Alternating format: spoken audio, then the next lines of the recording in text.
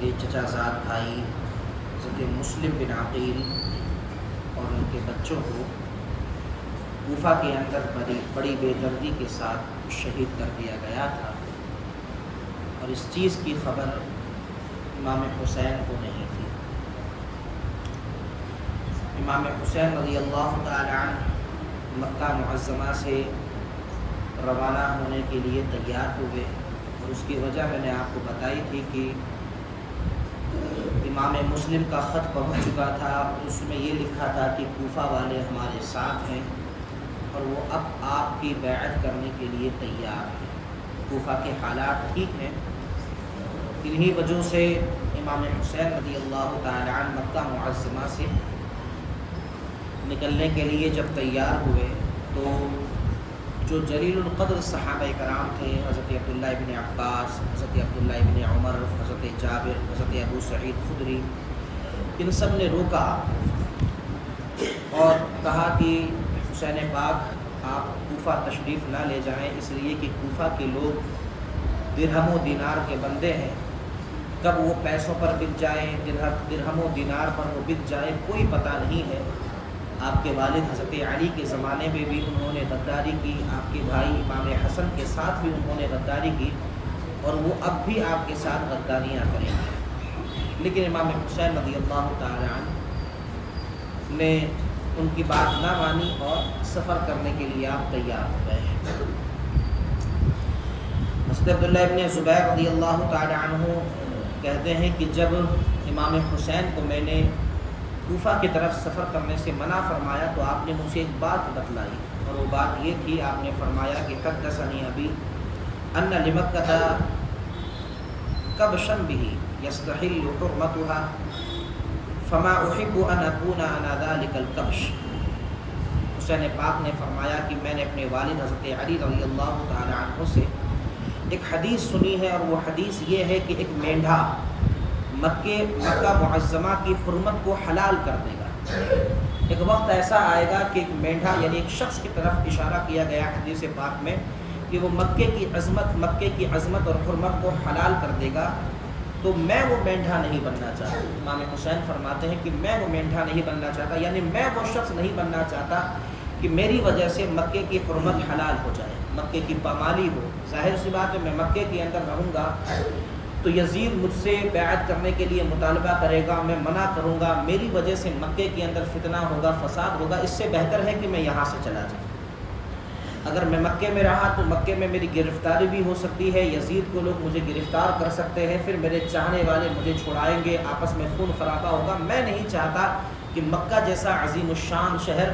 اللہ کا گھر جس شہر کے اندر موجود ہے، اس کی حرمت پامال ہو، اس لیے میں مکے کی حرمت کو اپنی نگاہوں کے سامنے رکھ کر مکے سے چلا ہی جانا بہتر سمجھتا ہوں۔ اگر میرے نصیب میں شہادت لکھی ہوئی ہے تو عنقریب وہ شہادت مجھے پہنچ کر رہے گی، میرے نصیب میں اگر موت لکھی ہوئی ہے تو میں کسی بھی بل کے اندر چھپ جاؤں، موت مجھے آ کر رہے گی، اور اگر میرے نصیبے میں موت نہیں ہے تو پھر کسی بھی حال میں مجھے موت نہیں آئے گی۔ امام حسین رضی اللہ تعالی عنہ نے اس طرح کے جواب دیے۔ غرض بڑے بڑے صحابہ کرام نے آپ کو اس سفر سے روکنے کے لیے اصرار کیا، لیکن آپ مکہ معظمہ سے تشریف لے گئے، اور یہ اس وقت کی بات ہے جب 3 ذی الحجہ سن 60 ہجری تھی۔ آپ اپنے تمام گھر والوں کو ساتھ لیتے ہیں، اس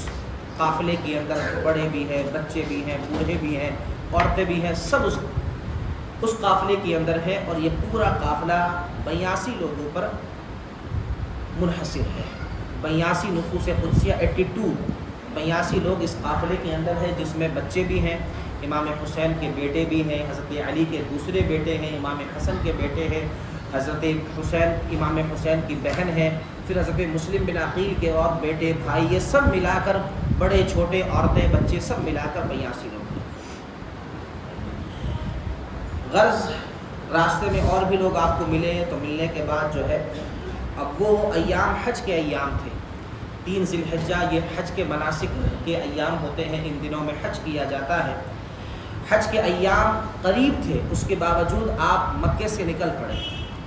اور وجہ یہ تھی کہ آپ مکے کی عظمت کو حرمت کو پامال نہیں ہونے دینا چاہتے تھے، اور پھر یہ کہ شہادت آپ کا مقدر ہو چکی تھی۔ شہادت مقدر ہو چکی تھی، کربلا کا میدان مقدر ہو چکا تھا، اور اللہ تبارک و تعالیٰ جس چیز کو مقدر فرماتا ہے وہ چیز ہو کر رہتی ہے، اگرچہ ہزارہا لوگ اس راستے کے اندر آتے ہیں۔ شاعر کہتا ہے کہ آپ کا حال ایسا تھا کہ لوگ آپ سے کہتے کہ آپ رک جائیے، لیکن ایک شاعر نے بڑا ہی اچھا نقشہ کھینچا ہے۔ شاعر کہتا ہے کہ وجہ کچھ اور رہی ہو، ظاہری وجہ کچھ اور رہی ہو، لیکن باطنی وجہ یہ تھی کہ 2 قدم بھی چلنے کی طاقت نہیں مجھ میں۔ امام حسین کے اندرونی حالات کا معاملہ یہ تھا کہ 2 قدم چلنے کی بھی طاقت نہیں مجھ میں،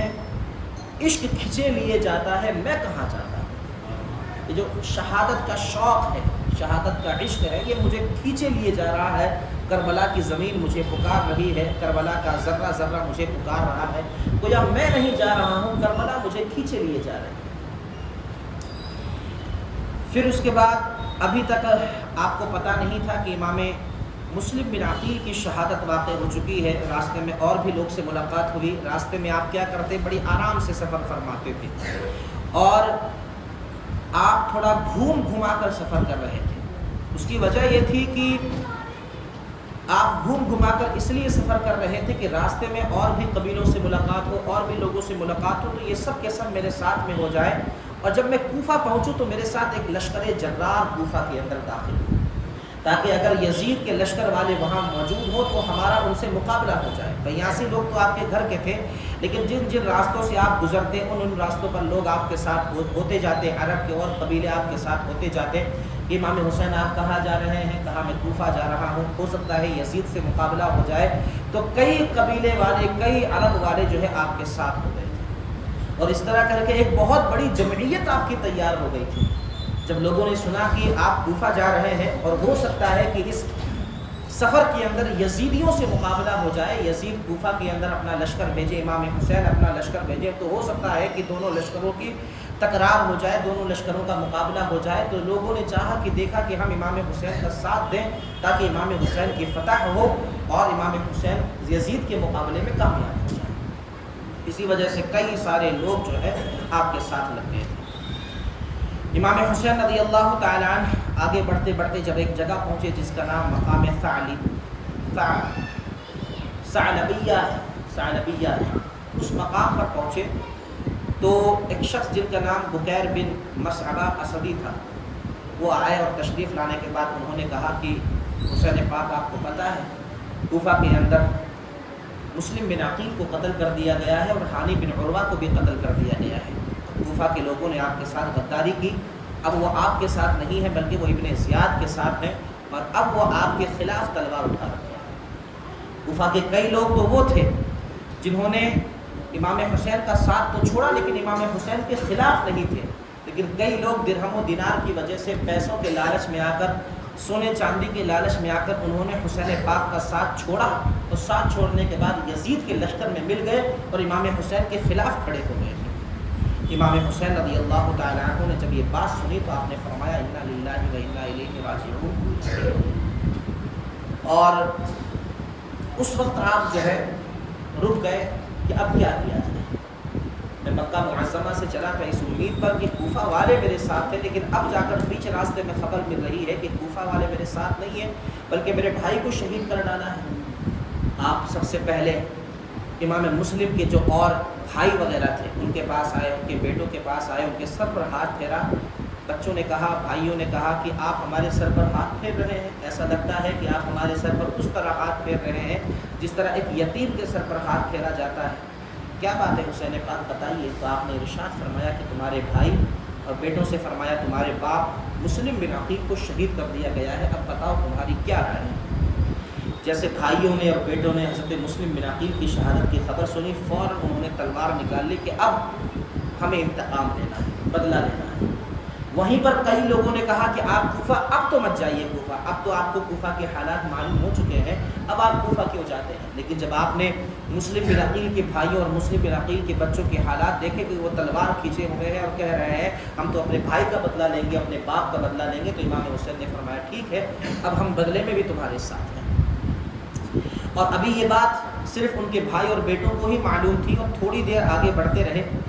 تھوڑی دیر آگے بڑھے تو آگے بڑھنے کے بعد ایک مقام جس کو مقام زبالہ کہا جاتا ہے، وہاں آپ اترے۔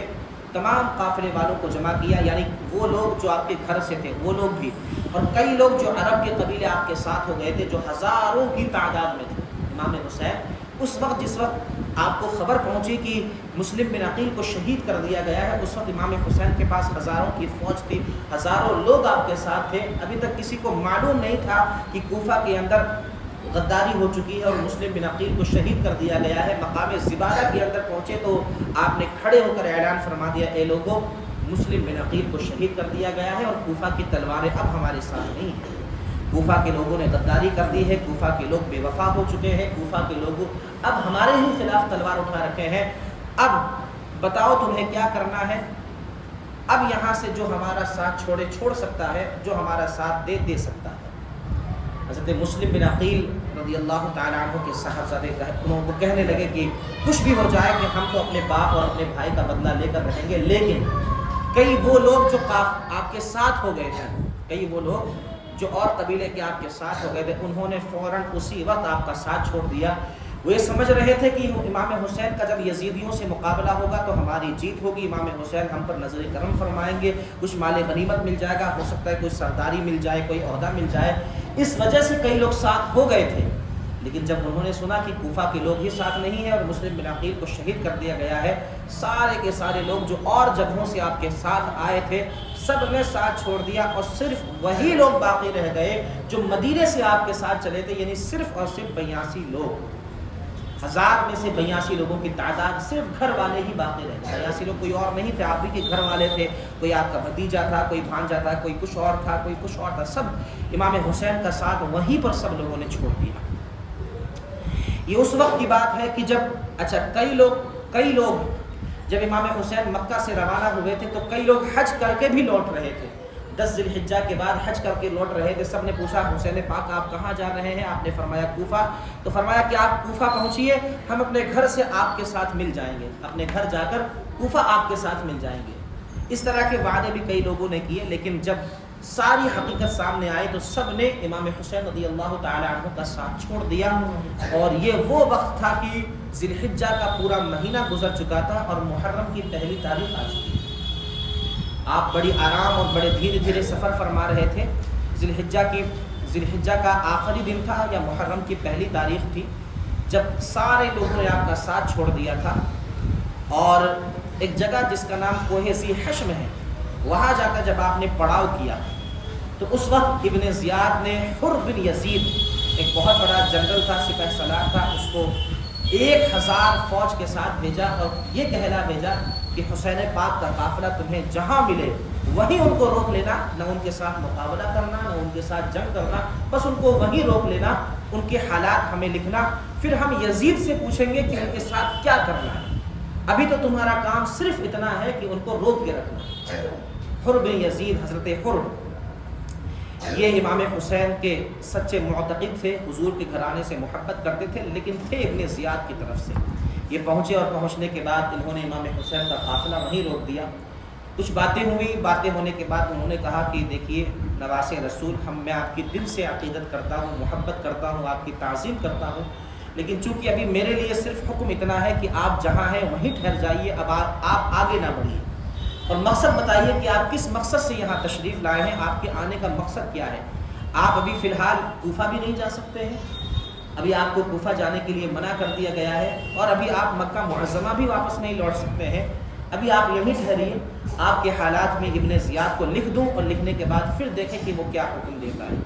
امام حسین رضی اللہ تعالیٰ عنہ نے فرمایا دیکھیے میں خود سے تو نہیں آیا ہوں، مجھے بلایا گیا ہے تبھی میں آیا ہوں۔ اس طرح کی کچھ باتیں ہوئی، امام حسین نے اس بات کو واضح کر دیا کہ میں خود سے نہیں آیا، میرا ارادہ جنگ کرنے کا نہیں ہے، میرا ارادہ لڑنے کا نہیں ہے، اگر میں لڑنے کے لیے آتا تو لشکر لے کر آتا، لڑنے کے لیے آتا تو میں ہتھیار سجا کر آتا، لیکن میرا ارادہ لڑنے کا نہیں ہے۔ مجھے کوفہ والوں نے بلایا تھا اور آپ نے شہادت کے طور پر، ثبوت کے طور پر وہ سارے کے سارے خط سامنے رکھ دیے، دیکھو یہ خط دیکھو، یہ خط دیکھو، اس میں مجھے بلایا گیا، مجھے بلایا گیا، مجھے بلایا گیا، سارے خطوط کو آپ نے سامنے رکھ دیا۔ غرض کچھ باتیں ہوئی، باتیں ہونے کے بعد امام حسین نے حضرت حر سے فرمایا حر ہمارے ساتھ نماز پڑھو گے کہ الگ نماز پڑھو گے؟ کہا حضور آپ ہیں تو آپ ہی نماز پڑھائیے، آپ سے الگ نماز کیسے پڑھ سکتے ہیں؟ تو 3 دن وہاں رہے اور 2-3 دن وہاں رہنے کے بعد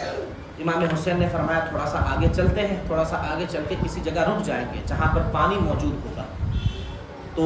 حضرت حر نے کہا ٹھیک ہے، تھوڑا سا آگے چلیں، اور تھوڑا سا آگے چلنے کے بعد ایک دن تو وہاں کوہ ذی حشم میں رکے، اور رکنے کے بعد ایک محرم کے بعد جب تھوڑا سا آگے چلے تو ایک جگہ آتا ہے جس کو نینوا کہا جاتا ہے۔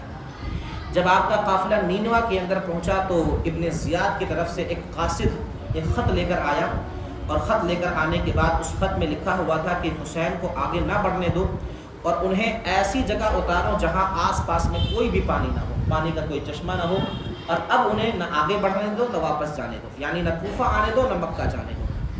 امام حسین رضی اللہ تعالی عنہ کو اسی جگہ اتارا گیا اور کہا گیا کہ آپ بس یہیں اتر جائیے، آپ اپنا قافلہ یہیں اتاریے، یہیں آپ آرام کیجیے، اور ابھی آپ کے تعلق سے جو بھی پیغام آئے گا وہ آپ کو بتا دیا جائے گا۔ امام حسین نے فرمایا کہ میں یہاں نہیں رکوں گا، اس لیے کہ یہاں آس پاس میں مجھے کوئی نہر نظر نہیں آ رہی، مجھے کوئی پانی کا حصہ نظر نہیں آ رہا۔ اگر میں یہاں رہا تو میرے ساتھیوں کو پانیوں کی بھی ضرورت ہے، میرے ساتھیوں کو پیاس کی بھی ضرورت ہے، تو ہمیں ایسی جگہ لے چلو جہاں پر میدان تو ہو لیکن پاس میں کوئی پانی کا چشمہ بھی ہونا چاہیے۔ امام حسین رضی اللہ تعالی عنہ نے اس سے حضرت حر سے کہا، اور تھوڑا سا آپ آگے بڑھے تو آگے بڑھنے کے بعد جو ہے جو حضرت حر کے سپاہی تھے انہوں نے کہا بس آپ اس سے آگے نہیں جا سکتے، جتنا ہم نے آپ کی بات مانی اور آپ کی بات ماننے کے بعد تھوڑا سا آپ کو آگے بڑھنے دیا، اب اس سے آگے آپ نہیں جا سکتے ہیں۔ آپ نے جب کہا ٹھیک ہے میں اس سے آگے نہیں جاتا، لیکن بتاؤ یہ کون سی جگہ ہے، اس جگہ کا نام کیا ہے، اس زمین کا نام کیا ہے؟ تو لوگوں نے کہا اس کا نام کرب بلا ہے، اس کا نام کرب بلا ہے۔ اس لفظ کو سنتے ہی ایک روایت میں ہے کہ جب لوگوں نے کہا اس کا نام کربلا ہے تو اس لفظ کو سنتے ہی آپ فوراً گھوڑے سے نیچے تشریف لائے اور فرمایا ہذہ کربلاء موضع کرب و بلاء، ھذا مناخ رکابنا ومحط رحالنا ومقتل رجالنا۔ آپ نے فرمایا یہ کربلا ہے جو مقام کرب و بلا ہے، کرب یعنی تکلیف، یہ کربلا جو کرب و بلا کا مقام ہے، یہی ہمارے اونٹوں کے بیٹھنے کی جگہ ہے، یہی ہمارے مال اور اسباب اتریں گے، اور اسی جگہ ہمارے ساتھیوں کو بھی قتل کیا جائے گا، لہٰذا اسی جگہ اترو اور اسی جگہ ہم اپنا خیمہ تانیں گے۔ یہ محرم کی 2 تاریخ تھی اور جمعرات کا دن تھا۔ محرم کی 2 تاریخ کو آپ کربلا کے میدان کے اندر اترے، آپ نے سامان اتارا، ساتھیوں کو اتارا، اور محرم کی 2 تاریخ تھی جب آپ کا قافلہ کربلا کے میدان کے اندر اتر پڑا، اس لیے کہ آپ نے اللہ کے رسول صلی اللہ علیہ وسلم سے سن رکھا تھا کہ جہاں میری شہادت واقع ہوگی اس میدان کو کربلا ہی کہا جاتا ہے۔ دراصل کرب بلا ہے، تو کرب بلا اس کو کیا کیا گیا کہ 2 با کو ایک جگہ ملا دیا گیا تو ہو گیا کربلا، ورنہ اصل میں کرب بلا ہے۔ پھر اس کے بعد ابن زیاد کو اس بات کی اطلاع دی گئی کہ امام حسین رضی اللہ تعالی عنہ کو کربلا کے میدان کے اندر اتار دیا گیا ہے، پاس میں نہر فرات ہے۔ امام حسین نے نہر فرات سے پانی لیا، پانی وغیرہ پیا۔ اچھا اس سے پہلے حال یہ تھا کہ جس جگہ حضرت حر کے سپاہی 1000 کا لشکر لے کر آئے تھے تو اس وقت حال یہ تھا کہ امام حسین کے پاس بہت زیادہ پانی تھا، اور یہ حر جو ابن زیاد کی طرف کے تھے ان کے پاس پانی وغیرہ سب ختم ہو گیا تھا۔ امام حسین کے پاس اس وقت بہت زیادہ پانی تھا، لیکن چونکہ یہ دشمن تھے، امام حسین رضی اللہ تعالی عنہ نے اس مقام پر دشمنی کا مظاہرہ نہیں فرمایا، بلکہ حضرت حر اور ان کے تمام ساتھیوں کو پانی پینے کے لیے دیا اور فرمایا اگرچہ تم ہمارے دشمن ہو، ہمارے مخالف ہو، لیکن کسی کو پانی سے محروم رکھنا یہ ہمارے اصول کے خلاف ہے، یہ اہل بیت نبوت کے خلاف ہے، چاہے کوئی بھی ہو، چاہے دشمن بھی ہو، اس کو پانی سے ہم محروم نہیں رکھتے۔ لیکن جب نہر فرات کے پاس اترے اور ابن زیاد کو خبر دی گئی کہ امام حسین نہر فرات کے پاس کربلا کے میدان کے اندر رک گئے ہیں، تو امام حسین رضی اللہ تعالیٰ عنہ کے تعلق سے ابن زیاد نے کہا انہیں وہیں اتارو، اور ابن سعد جس کے بارے میں کل میں نے آپ کو بتایا تھا کہ عمرو ابن سعد حضرت سعد ابن ابی وقاص رضی اللہ تعالیٰ عنہ کا نالائق بیٹا، دراصل کسی زمانے کے اندر ایران کی راجدھانی جس کا نام رے ہے، اب اس کا نام تہران ہے لیکن پہلے اس کا نام رے تھا، اس کو خواہش تھی کہ میں رے کا حاکم بنایا جاؤں، اور حضرت امیر معاویہ کے دور کے اندر اس نے بہت کوشش کی کہ مجھے رے کا حاکم بنا دیا جائے، رے کی گورنری دے دی جائے، لیکن وہاں اس کا معاملہ نہیں بیٹھا۔ اب یزید کے زمانے میں اس نے بہت زیادہ کوشش کی اور اس بات کی کوشش کی کہ مجھے رے کا حاکم بنا دیا جائے، تو ایران کے اندر اسی وقت کچھ بغاوت پھیل گئی تھی، اور یہ عمرو ابن سعد ایک بہت بڑا جنرل تھا، کمانڈر تھا، بہت اچھا سپہ سالار تھا، بہت مضبوط اور بہت اونچا ذہن والا سپہ سالار تھا۔ تو ابن زیاد نے اور یزید نے مل کر اس کو ایران بھیجنا چاہا کہ ابھی ایران جاؤ اور ایران کے اندر جو بغاوت ہمارے خلاف پھیلی ہوئی ہے اس بغاوت کو ختم کر کے وہاں سے جنگ لڑو۔ لیکن جیسے ہی امام حسین رضی اللہ تعالیٰ عنہ کربلا کے میدان میں آپ اترے، فوراً ابھی یہ نکلنے والا ہی تھا لشکر کو لے کر، اس کے پاس کئی ہزار کا لشکر تھا، ابھی یہ نکلنے ہی والا تھا کہ اس کو روک دیا گیا اور کہا گیا کہ ایک کام کرو، اب تمہیں ایران نہیں جانا ہے بلکہ تم چلے جاؤ کربلا کے میدان کی طرف، تمہارا مقابلہ حسین پاک سے ہوگا، حسین سے مقابلہ کرو اور اس کے بعد ہی پھر تمہیں ایران بھی بھیجا جائے گا اور اس کے بعد تمہیں پھر رے کا بھی حاکم بنا دیا جائے گا۔ اس کو لالچ دیا گیا کہ جو تہران ہے، رے ہے، وہاں کا حاکم تمہیں بنا دیا جائے گا، بس شرط صرف اتنی ہے کہ جاؤ اور جانے کے بعد جو ہے حسین پاک کا مقابلہ کرو۔ وہ سمجھتا تھا کہ حسین پاک کی عظمت کیا ہے، بہت بڑی عظمت ہے۔ اس نے کہا ٹھیک ہے مجھے سوچنے کا موقع دو۔ اس نے سوچا اور بہت سوچنے کے بعد کسی نے اسے کہا بھی کہ تو حسین پاک سے مقابلہ کرے گا صرف حکومت کی وجہ سے، صرف گورنری کی وجہ سے، کل قیامت کے دن حضور کو کیا منہ دکھائے گا؟ پہلے تو وہ مان گیا کہ میں حسین پاک سے لڑائی نہیں کروں گا، جنگ نہیں کروں گا، لیکن بعد میں لالچ آیا اور لالچ کی وجہ سے وہ اس بات کے لیے تیار ہو گیا کہ میں حسین پاک سے مقابلہ کر کے ان کو شہید کروں گا، اور شہید کرنے کے بعد پھر مجھے تہران کا پروانہ مل جائے گا، رے کی حکومت مل جائے گی، مجھے رے کا گورنر بنا دیا جائے گا۔ تو عمرو ابن سعد اپنے تمام لشکر کو لے کر کربلا کے میدان کے اندر پہنچا۔ کربلا کے میدان کے اندر لشکر پہنچا، اب تعداد 1000 سے 2000 10,000 کے قریب تعداد ہو گئی، اور تعداد ہو جانے کے بعد دھیرے دھیرے تعداد بڑھتی رہی، حتیٰ کہ تعداد دھیرے دھیرے ابن زیاد پیچھے سے لشکروں کو بھیجتا رہا، کبھی 5000 لوگ، کبھی 10,000 لوگ، اس طرح کر کے 22,000 کا لشکر جراح کربلا کے میدان کے اندر جمع ہو گیا۔ 22,000 لوگ کربلا کے اندر جمع ہو گئے یزید کی طرف سے،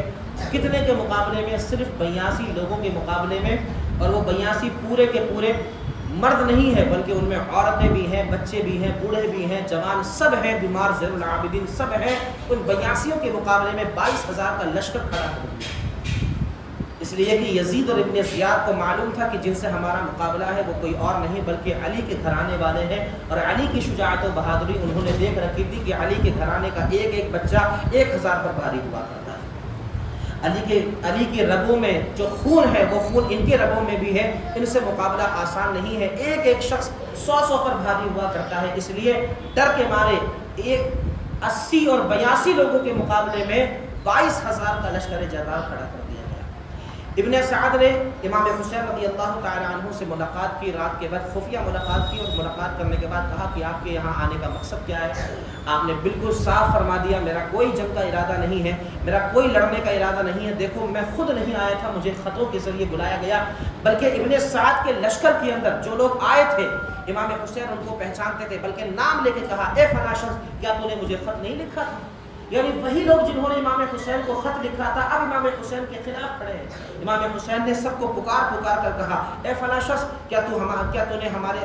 نے مجھے بلانے کے لیے خط نہیں لکھا تھا؟ اے فلاں شخص کیا تو نے مجھے بلانے کے لیے خط نہیں لکھا تھا؟ کیا تو نے مجھے بلانے کے لیے خط نہیں لکھا تھا؟ کیا تو نے مجھے بلانے کے لیے خط نہیں لکھا؟ نام لے لے کر آپ نے پکارا، لیکن انہوں نے شرم کے مارے کچھ بھی نہیں کہا۔ جن لوگوں نے خط لکھ کر بلایا تھا آج ان کی تلوار امام حسین کے خلاف ہے۔ امام حسین رضی اللہ تعالی عنہ اور اس طرف کے لوگ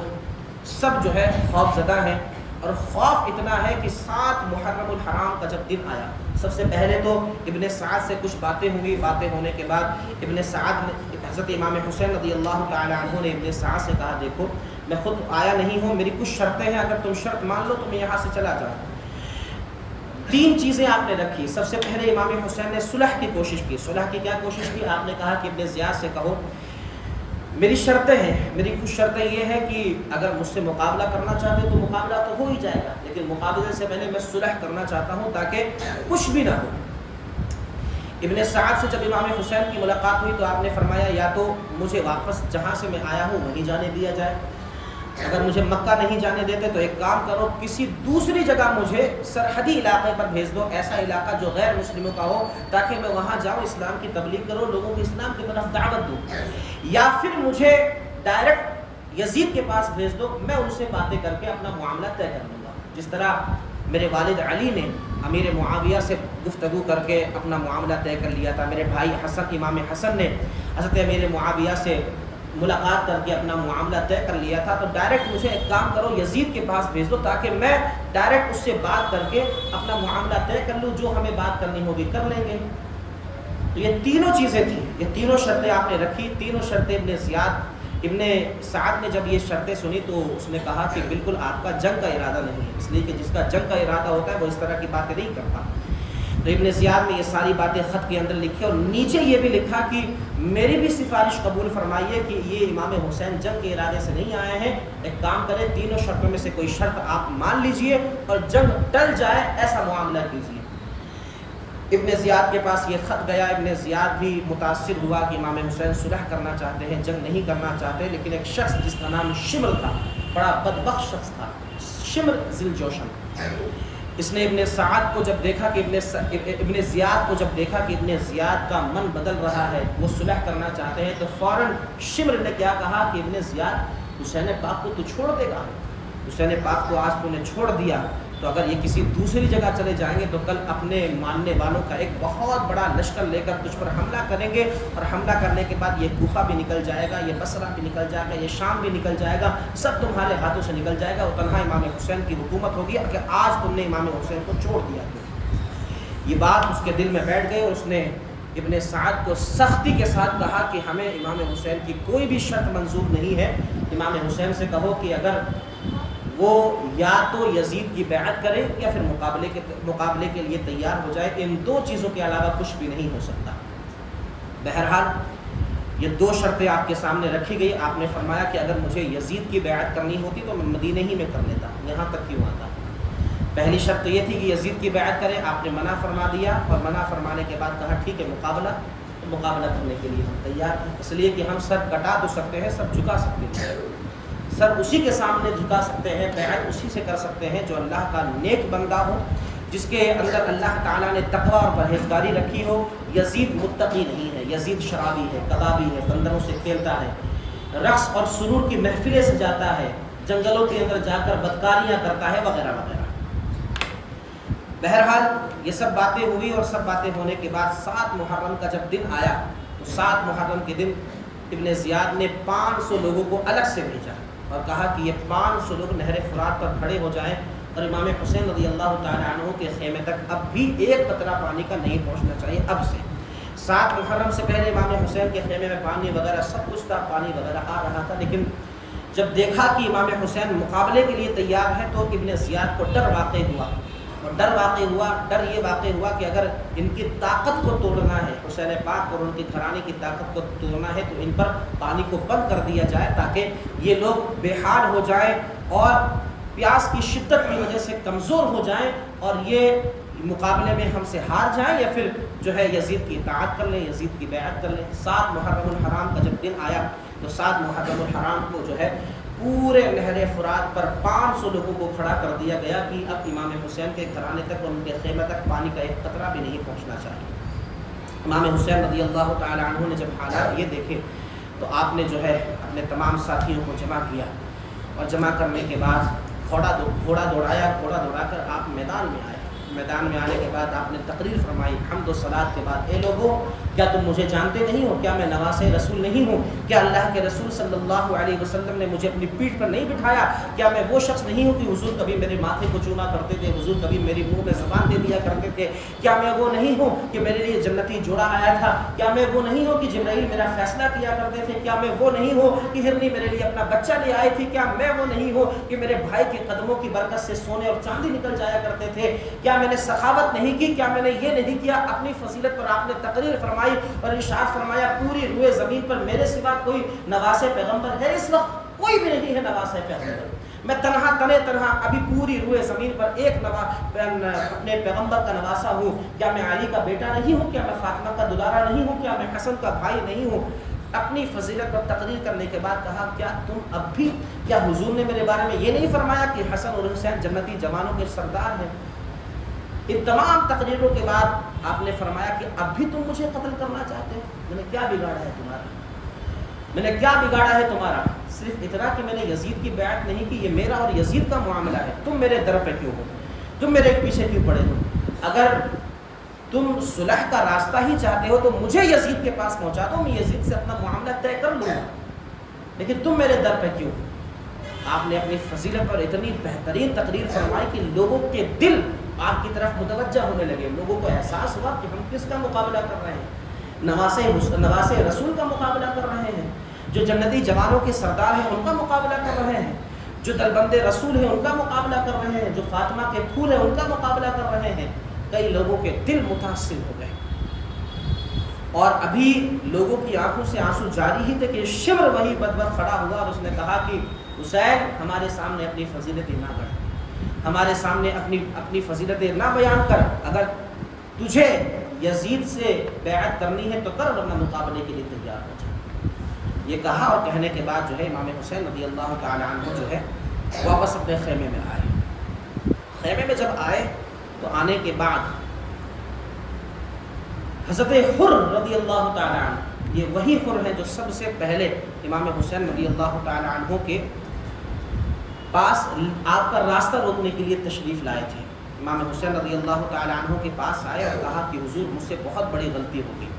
کہا کیا غلطی ہو گئی؟ غلطی یہ ہوئی کہ حضور میں نے آپ کا راستہ روکا، میں اب تک ابن زیاد اور یزید کے ساتھ تھا، لیکن جب میں نے آپ کی فضیلت سنی، آپ کی عظمت سنی، تو اب میں نے دل سے توبہ کر لی ہے اور میں آپ کے ساتھ آپ کے لشکر میں شامل ہو کر ان سے مقابلہ کرنا چاہتا ہوں۔ کہا کہ اللہ تبارک و تعالیٰ تمہارے درجات بلند فرمائے اور تمہاری خطاؤں کو معاف فرمائے۔ کہا کہ حسین پاک بس آپ مجھے اجازت دیجئے تاکہ آپ کی اجازت سے میں ان کو ابھی اپنی تلوار کا مزہ چکھانے جاتا ہوں۔ امام حسین رضی اللہ تعالی عنہ نے فوراً اس کو اجازت دے دی۔ حضرت حر تشریف لائے، پہلے وہی حضرت حر یزیدیوں کی طرف سے تھے، لیکن جب بعد میں احساس ہوا تو احساس ہونے کے بعد امام حسین رضی اللہ تعالی عنہ کی طرف چلے گئے اور یزیدی لشکر کو پکار کر کہا، اور یزیدی لشکر کے سامنے جب اپنی تلوار نکالی اور یزیدی لشکر کے لوگ جب اس حضرت حر کے مقابلے میں آئے تو حضرت حر نے ایک ایک کا صفایا کرنا شروع کیا، حتیٰ کہ تلے تنہا حضرت حر نے 80 لوگوں کو موت کے گھاٹ اتار دیا، اور 80 لوگوں کو موت کے گھاٹ اتارنے کے بعد پھر آپ نے شہادت کا جام نوش فرمایا۔ 8 محرم کا دن گزرا، 9 محرم کا دن گزرا۔ 9 محرم کا جب دن گزرا تو یہ عاشورے کی رات آئی، آج کی رات عاشورے کی رات آئی تو ابن سعد نے اپنے ساتھیوں کو حکم دیا کہ امام حسین پر حملہ کیا جائے، رات ہی کے اندر امام حسین پر حملہ کیا جائے۔ جیسے ہی ابن سعد نے حکم دیا کہ امام حسین پر حملہ کیا جائے اور امام حسین کے خیمے والوں سے جنگ کی جائے، گھوڑے دوڑانے کی آواز آئی۔ امام حسین رضی اللہ تعالی عنہ کے بھائی حضرت عباس جن کے ہاتھ میں جھنڈا تھا، جو علم بردار تھے، امام حسین نے کہا یہ مجھے گھوڑوں کی آواز آ رہی ہے، جا کے ذرا معلوم کرو کہ یہ گھوڑے دوڑانے کی آواز کیوں آ رہی ہے، کہیں یہ رات میں ہی تو حملہ نہیں کرنا چاہتے۔ حضرت عباس آگے گئے تو دیکھا واقعی یہ لوگ تلوار لے کر آ رہے ہیں، یہ لوگ حملے کے ارادے سے آ رہے ہیں۔ امام حسین رضی اللہ تعالیٰ عنہ آگے بڑھے اور فرمایا کہ کیا ارادہ ہے ابن سعد؟ ابن سعد نے کہا کہ میرا ابھی ارادہ ہے جنگ کرنے کا، آج ہی کی رات ارادہ ہے جنگ کرنے کا۔ امام حسین نے کہا ذرا مہلت تو دے، عشاء کی نماز ہم نے پڑھی ہے، ذرا مہلت تو دے، رات کا وقت، اگر تجھے جنگ ہی کرنی ہے تو کل کا پورا دن باقی ہے، کل ہم سے جنگ کی شروعات کرنا، لیکن تجھے پتہ ہے کہ ہم توبہ اور استغفار میں مصروف اور مشغول رہنے والے ہیں، ہم راتوں کو عبادت کرنے والے ہیں، راتوں کو جنگ نہیں کرنے والے، اس لیے اگر تم جنگ ہی کرنا چاہتے ہو تو ایک کام کرو، صبح جنگ کا نقارہ بجا دینا، جنگ کی شروعات ہوگی، لیکن رات بھر ہمیں اللہ کی بارگاہ میں توبہ و استغفار کرنے دے، اللہ کی بارگاہ میں عبادت کرنے دے، پتہ نہیں کل کا دن ہمیں عبادت کرنے کا موقع ملے یا نہ ملے۔ اور امام حسین رضی اللہ تعالی عنہ جس وقت ان کو گھوڑوں کی آواز آئی، اس وقت آپ اپنے خیمے کی دہلیز پر سر رکھ کر سو رہے تھے، اور آپ کی جو بہن تھی حضرت زینب، انہوں نے آپ کو اٹھایا، تو حضرت زینب نے جب اٹھایا تو امام حسین نے فرمایا کہ تم نے مجھے اٹھایا کیوں؟ میں کوئی خواب دیکھ رہا تھا۔ کہا کیا خواب دیکھ رہے تھے؟ امام حسین فرماتے ہیں کہ میں نے اپنے نانا جان نبی کریم صلی اللہ علیہ وآلہ وسلم کو خواب میں دیکھا، وہ مجھ سے کچھ فرما رہے تھے اور یہ فرما رہے تھے کہ حسین کل تک تم بھی ہمارے پاس آ جاؤ گے، کل تک تم بھی ہمارے پاس آ جاؤ گے۔ تو میں نے خواب میں دیکھا، ہو سکتا ہے کل ہماری شہادت واقع ہو جائے، اور حضور نے فرما دیا ہے تو بے شک کل ہماری شہادت ہے۔ آپ نے ابن سعد سے باتیں کی اور ابن سعد سے بات کرنے کے بعد کہا کہ رات میں حملہ نہ کرو، رات میں مقابلہ نہ کرو، رات بھر ہمیں عبادت کرنے دو، آج عاشورے کی رات ہے، آج کی رات جو ہے عبادت کرنے دو، کل جنگ کا نقارہ بجا دینا، کل پھر جو ہے ہمارے جوان تمہارے جوانوں سے مقابلہ کریں گے۔ ابن سعد نے یہ بات مانی اور بات ماننے کے بعد امام حسین رضی اللہ تعالیٰ عنہ جو ہے رات بھر عبادت کے اندر مصروف ہو گئے۔ جب اگلے دن جنگ کی باری آئی تو رات میں جب ابن سعد سے ساری بات ہو گئی کہ کل جنگ کرنی ہے تو آپ نے تمام ساتھیوں کو بلایا اور تمام ساتھیوں کو بلانے کے بعد کہا چراغ کو بجھا دو۔ چراغ بجھا دیا گیا، بالکل اندھیرا ہو گیا، کوئی کسی کے چہرے کو دیکھتا ہی نہیں تھا۔ امام حسین نے فرمایا کہ دیکھو مجھے پتا ہے تم لوگ میری محبت اور حمیت میں میرے ساتھ آ گئے، جنگ کا نقارہ بجنے ہی والا ہے اور ضرور جنگ ہونی ہے، اس لیے کہ دو ہی آپشن ہے، یا تو جنگ کی جائے یا پھر یزید کی بیعت کی جائے، میں یزید کی بیعت ہرگز نہیں کر سکتا۔ چراغ میں نے بجھایا اس لیے ہے کہ تم میں سے اب بھی اگر کوئی یہاں سے جانا چاہے تو جا سکتا ہے، ہو سکتا ہے وہ میرے چہرے کی وجہ سے، میرے دیکھنے کی وجہ سے وہ یہاں سے نہ جائے، لیکن اگر اب بھی تم میں سے کوئی مجھے چھوڑ کر جانا چاہے تو جا سکتا ہے، میں کسی کی طرف کوئی توجہ نہیں کروں گا یا کسی سے کچھ بھی نہیں کہوں گا۔ چراغ میرے بجھانے کا مقصد صرف یہی ہے کہ تم میں سے اب بھی کوئی جانا چاہے تو جا سکتا ہے۔ امام حسین نے اپنے ساتھیوں سے بھی فرمایا، کچھ ساتھی تھے ان سے بھی فرمایا، کچھ گھرانے والے تھے ان سے بھی فرمایا، دوسرے لوگ تھے ان سے بھی فرمایا، لیکن جیسے ہی سب نے امام حسین کی زبان سے یہ باتیں سنی تو امام حسین سے فرمایا، حسین پاک کیا آپ نے ہم کو مثلے عورت سمجھا ہے؟ کیا ہم بہادر نہیں ہیں؟ ہم ہی وہ بہادر ہیں جنہوں نے آدھی دنیا پر اپنے تلوار سے اسلام کا ذوق پھیلایا۔ کیا ہم آپ کو اس حال میں چھوڑ کر بھاگ جائیں گے؟ آپ کے ایک ساتھی زہیر بن قین نے کہا کہ حضور میں تو یہ چاہتا ہوں کہ میں شہید ہو جاؤں اور شہید ہونے کے بعد اللہ تعالیٰ پھر مجھے دوبارہ زندگی عطا فرمائے اور مجھ سے پوچھے کیا کرنا چاہتے ہو تو میں کہوں گا میں دوبارہ حسین کے ساتھ حسین کے جانثاروں میں شامل ہونا چاہتا ہوں۔ دوسرے ساتھیوں نے بھی کہا کہ حضور آپ ہم سے اس طرح کی باتیں کرتے ہیں، ہم تو چاہتے ہیں کہ یہ ایک جان ہے، 100 جان اگر ہم نواز رسول کے لیے ان کی حفاظت کے لیے قربان کر دیں تو یہ ہماری جان کا بدلہ نہیں ہے، ہمیں کل قیامت کے دن آپ کے نانا جان سے ملاقات کرنی ہے اور آپ کے نانا جان کو جواب دینا ہے۔ کیا ہم یہ جواب دیں گے کہ ہم نے آخری وقت میں آخری رات میں امام حسین کا ساتھ چھوڑ دیا تھا، لوگوں نے ساتھ چھوڑ دیا تو کیا ہوا؟ حسین پاک ہم مال اور دولت کے لالچی نہیں ہیں، ہم درہم و دینار کے بندے نہیں ہیں، ہم تو صرف اللہ کے دین کی حفاظت کے لیے نکلے ہیں۔ اگر آپ نے یزید کا ساتھ چھوڑا ہے اور یزید کی بیعت نہیں کی ہے تو خدا کی قسم ہماری جان ہمارے گھر سب آپ پر قربان، ہم بھی آپ کے ساتھ قربان ہو جائیں گے لیکن یزید کی بیعت نہیں کریں گے۔ جب ساتھیوں میں امام حسین نے یہ جوش دیکھا تو اللہ کا شکر ادا کیا کہ اللہ تیرا شکر ہے کہ تو نے مجھے ہمت والے ساتھی عطا فرمائے ہیں، بزدل ساتھی عطا نہیں فرمائے۔ رات بھر عبادت ہوئی، عبادت ہونے کے بعد جو ہے صبح ہوئی، صبح ہونے کے بعد جنگ کا نقارہ بجا دیا گیا۔ سب سے پہلے جو امام حسین کے ساتھی تھے، جو آپ کے خاندان سے تعلق تو نہیں رکھتے تھے لیکن آپ سے محبت کرنے والے تھے، ان کا مقابلہ شروع ہوا۔ امام حسین رضی اللہ تعالی عنہ سے ایک ایک اجازت لے کر جا رہا ہے اور حال یہ ہے کہ ایک ایک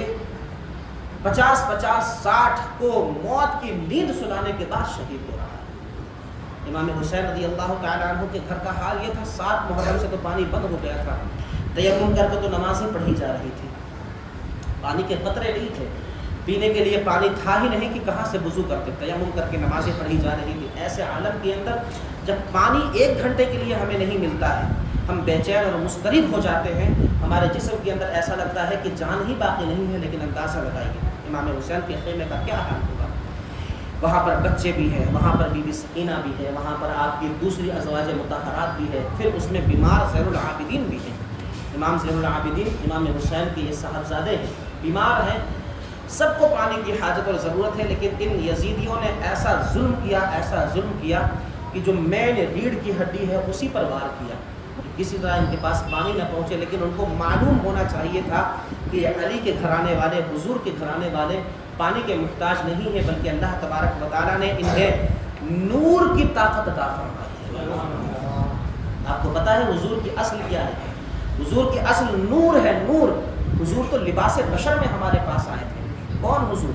وہ حضور اللہ کے رسول صلی اللہ علیہ وسلم نے صوم وصال رکھا۔ صوم وصال کہتے ہیں بغیر کھائے پیے روزہ آپ نے رکھا، افطاری ہوتی تو پانی پی لیتے، سحری ہوتی تو پانی پیتے، کچھ بھی نہیں کھاتے۔ آپ کو دیکھ کر صحابہ کرام نے بھی صوم وصال رکھنا شروع کر دیا، 1 دن رکھا، 2 دن رکھا، 3 دن رکھا، صحابہ کرام کی حالت خراب ہو گئی۔ صوم وصال رکھنا، ایک تو پورے دن روزہ رکھنا اور افطاری میں بھی کچھ نہیں کھانا۔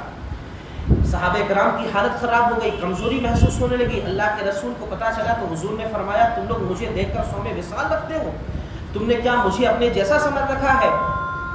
تم نے مجھے اپنے جیسا سمجھ رکھا ہے؟ مجھے دیکھ کر صوم وصال رکھتے ہو؟ میں صوم وصال رکھتا ہوں اس لیے کہ میرا رب مجھے کھلاتا پلاتا ہے۔ یہ کھانا تو ظاہری ہے جو ہم اپنے منہ میں ہاتھوں کے ذریعے ڈالتے ہیں۔ حضور فرماتے ہیں میرا دیکھا دیکھی روزہ نہ رکھو، اگر تمہیں روزہ رکھنا ہے تو افطار بھی کرو، سحری بھی کرو، لیکن میرا دیکھا دیکھی کہ میں نے افطار بھی نہیں کرتا ہوں، سحری بھی نہیں کرتا ہوں، تو ایسا نہ سمجھنا کہ تم میرے جیسے ہو یا میں تمہارے جیسا ہوں، بلکہ میرا رب مجھے کھلاتا پلاتا ہے۔ پتہ چلا کہ حضور لباس بشر میں ہمارے پاس آئے تھے۔ ایک انسان کو کھانے پینے کی ضرورت ہوتی ہے، جو نور سے بنا ہوتا ہے اسے کھانے پینے کی ضرورت نہیں ہوتی۔ اور پھر جب یہ پتہ چل گیا کہ حضور نور ہے، حضور کی اصلیت نور ہے، ان کو کھانے پینے کی ضرورت نہیں ہے، کھائے پیے بغیر بھی نور والے لوگ زندہ رہ سکتے ہیں، تو مجھے بتائیے کہ نور کی اولاد فاطمہ بھی نور اور فاطمہ کے بیٹے بھی نور۔ مصطفیٰ کا جو ڈی این اے ہے وہی ڈی این اے حضرت فاطمہ کا ڈی این اے ہے، اور جو حضرت فاطمہ کا ڈی این اے ہے وہی ڈی این اے جو ہے حضرت امام حسین کا ہے۔ تو یہ یزیدی سمجھ رہے تھے کہ پانی بند کر دیا تو ہم نے ان کی ہمت توڑ دی،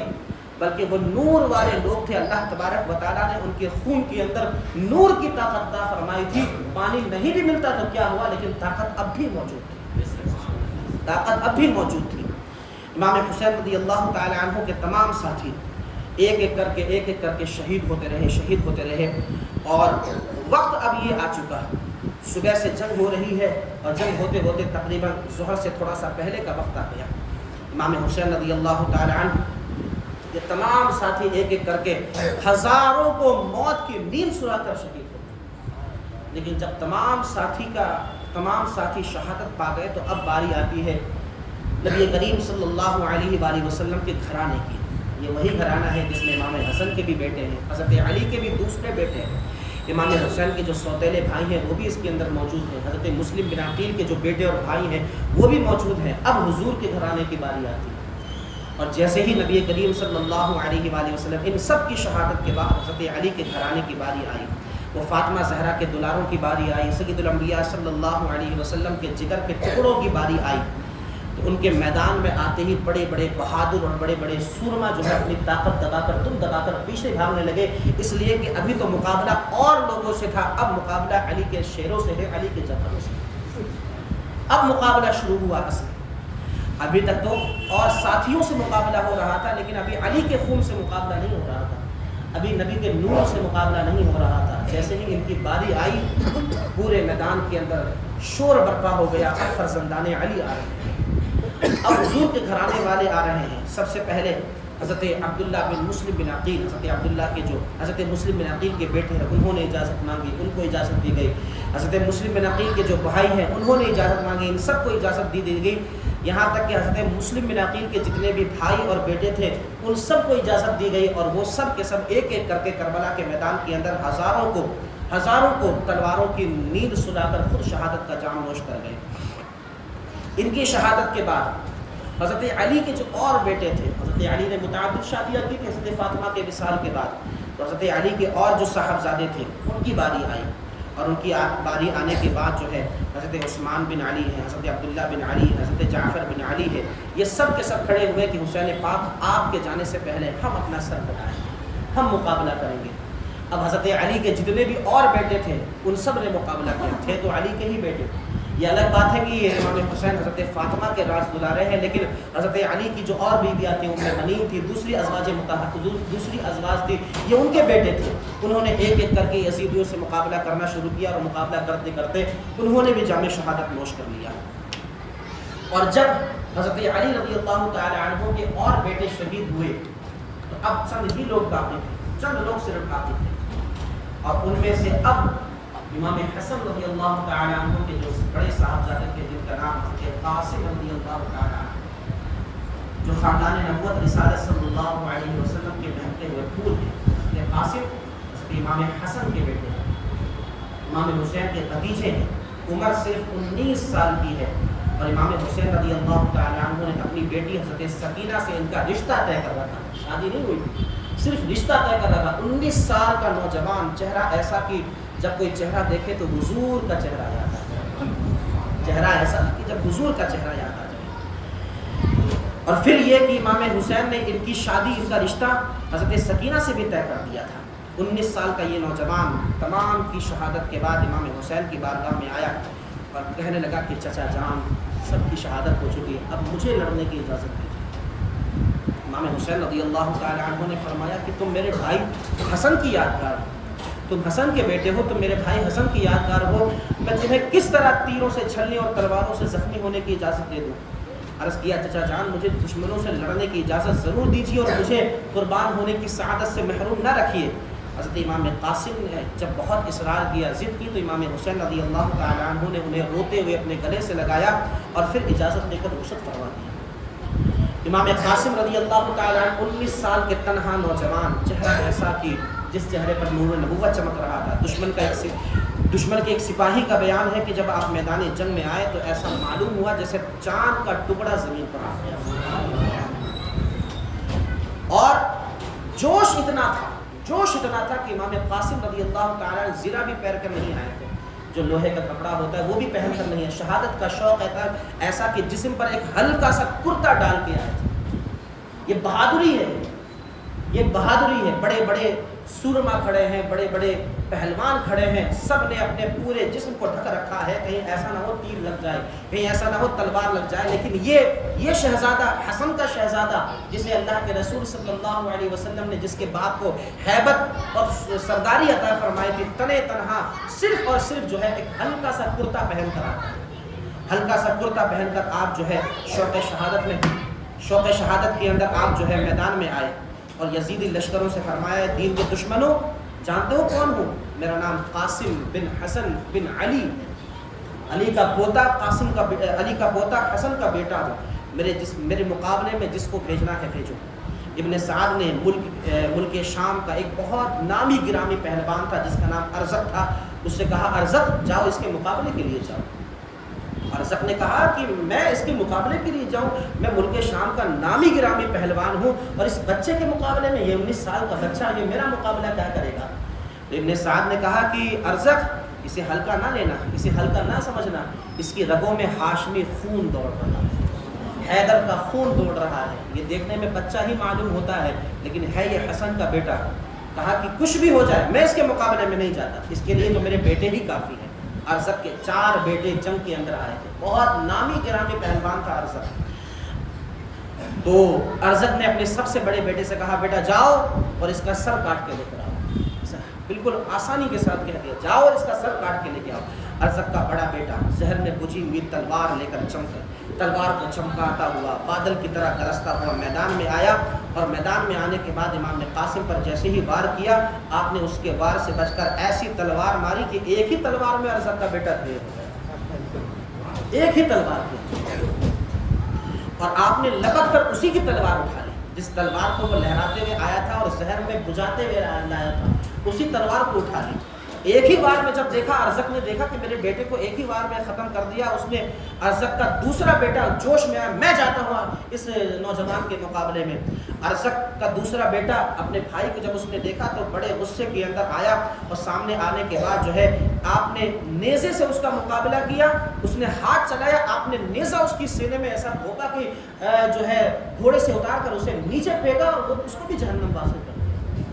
2 بیٹوں کو 2 وار کے اندر آپ نے جہنم کے اندر سلا دیا. تیسرا بھائی جب دیکھا تو میں نے دونوں بھائیوں کو، اب وہ غیظ و غصب میں ابھرا ہوا آگے بڑھا، گالیاں بکنے لگا. تو جب گالیاں بکنے لگا تو امام قاسم نے فرمایا دیکھو ہم گالیوں کا جواب گالیوں سے نہیں دیتے، ہمیں اللہ کے رسول نے فرمایا ہے اس طرح کا جواب اس طرح کے لوگوں سے نہیں دینا چاہیے. گالیاں بکنا تمہاری عادت ہے، ہم ہاشمی نوجوان ہیں، ہم اہل بیت نبوت والے ہیں، ہم خاندان رسالت والے ہیں، ہم گالیوں کا جواب گالیوں سے نہیں دیتے. لیکن ہاں امام قاسم نے فرمایا ہاں اگر تو اتنے ہی غصے میں ہے تو ابھی تجھے تیرے بھائیوں کے پاس پہنچا دیں. جب امام قاسم نے یہ بات کہی تو آپ نے اسے بھی کھیرے کی طرح جو ہے پیٹھ پر وار کیا، 2 حصے میں اسے بھی تقسیم کر دیا. ارزق کا چوتھا بیٹا شیر کی طرح دہاڑتا ہوا، بادل کی طرح گرجتا ہوا جو ہے آیا اور آنے کے بعد جو ہے امام قاسم پر حملہ کیا. امام قاسم نے اس کے حملے کو دور کر کے اس کے کندھے پر ایسا وار کیا کہ وہ منہ کے بل زمین پر گر پڑا اور ابھی وہ اٹھنا ہی چاہتا تھا پوری طاقت کے ساتھ کہ امام قاسم نے اس کے سر کو اس کے تن سے جھکا دیا.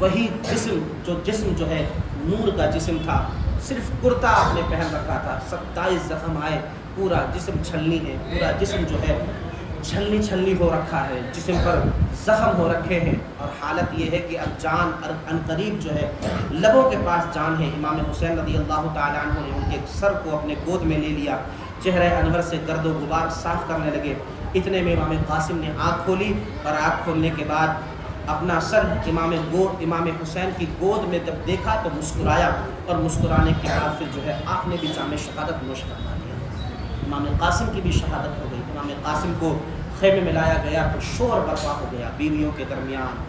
امام قاسم کو شہید کر دیا گیا ہے۔ امام قاسم کی شہادت کے بعد اب وہ وقت آیا امام حسین رضی اللہ تعالی عنہ کے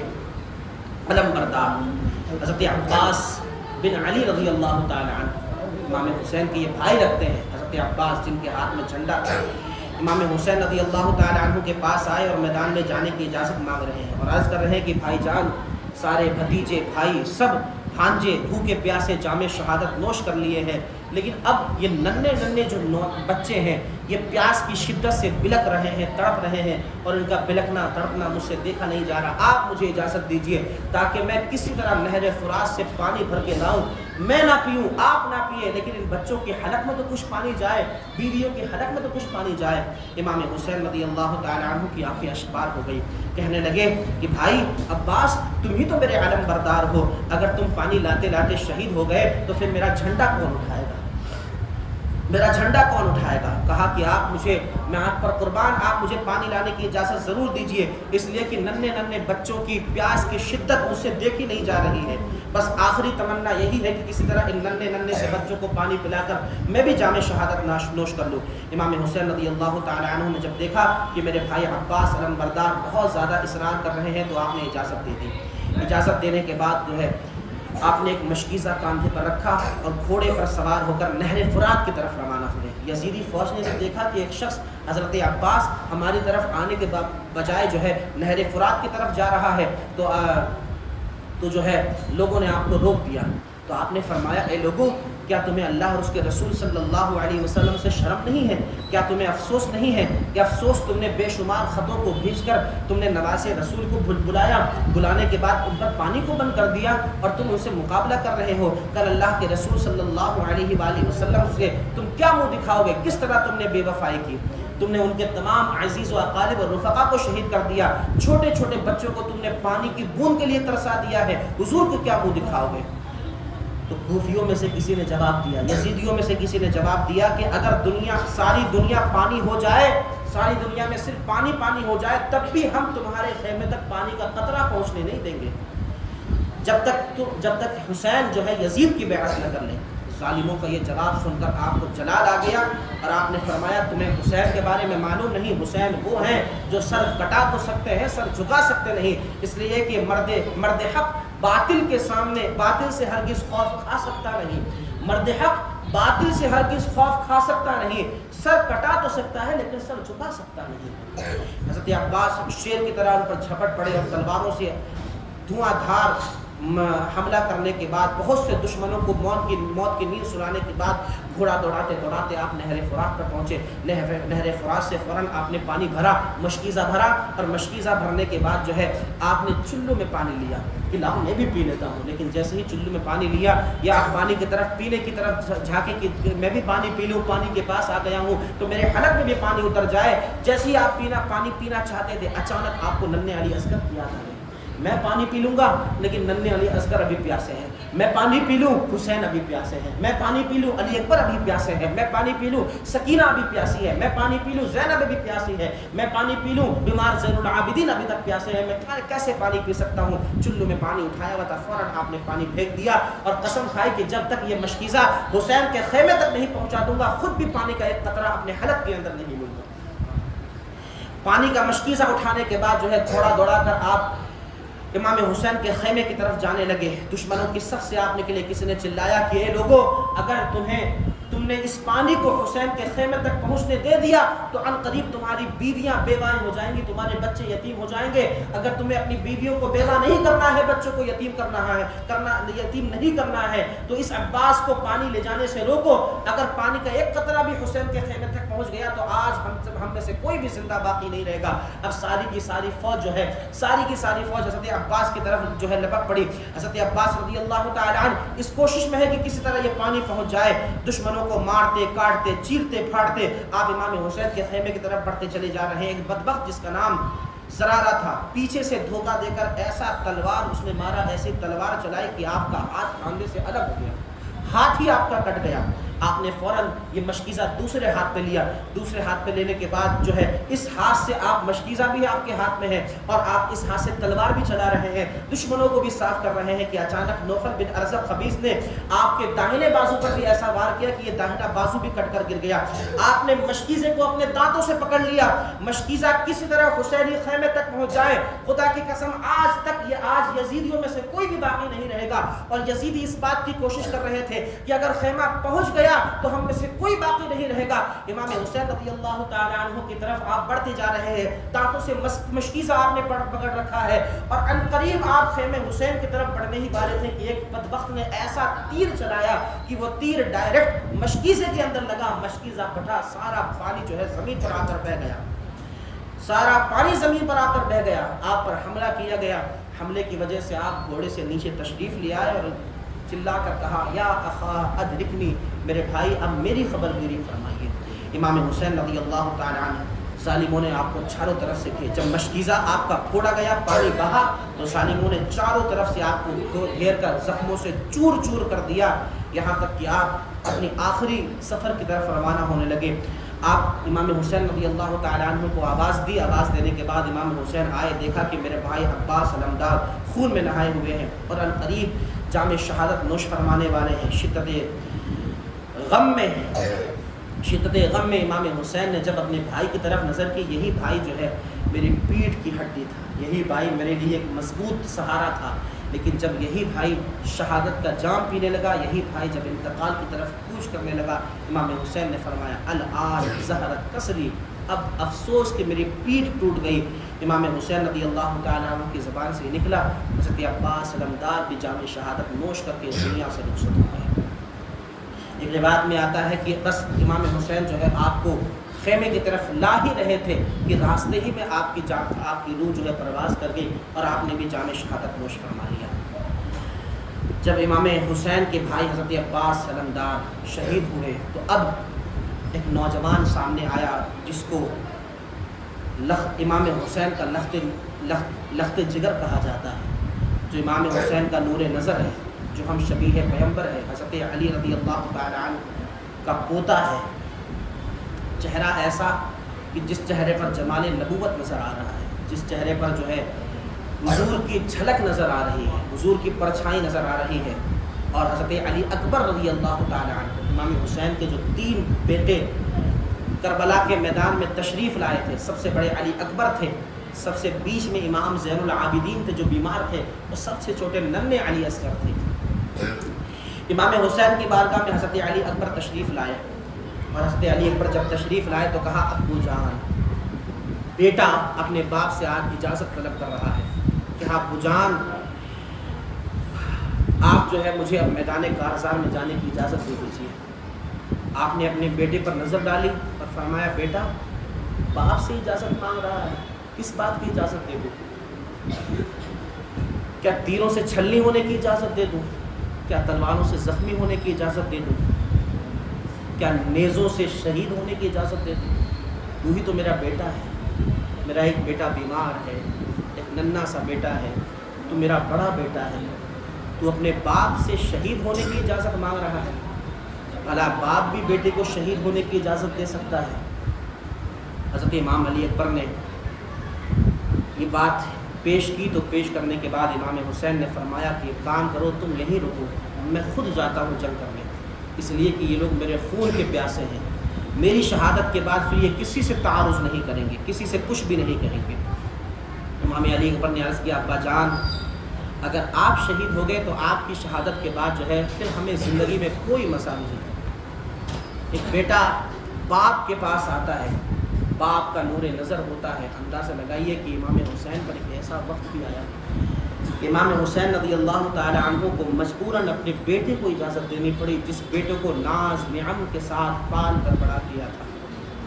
جس بیٹے کے چہرے سے حضور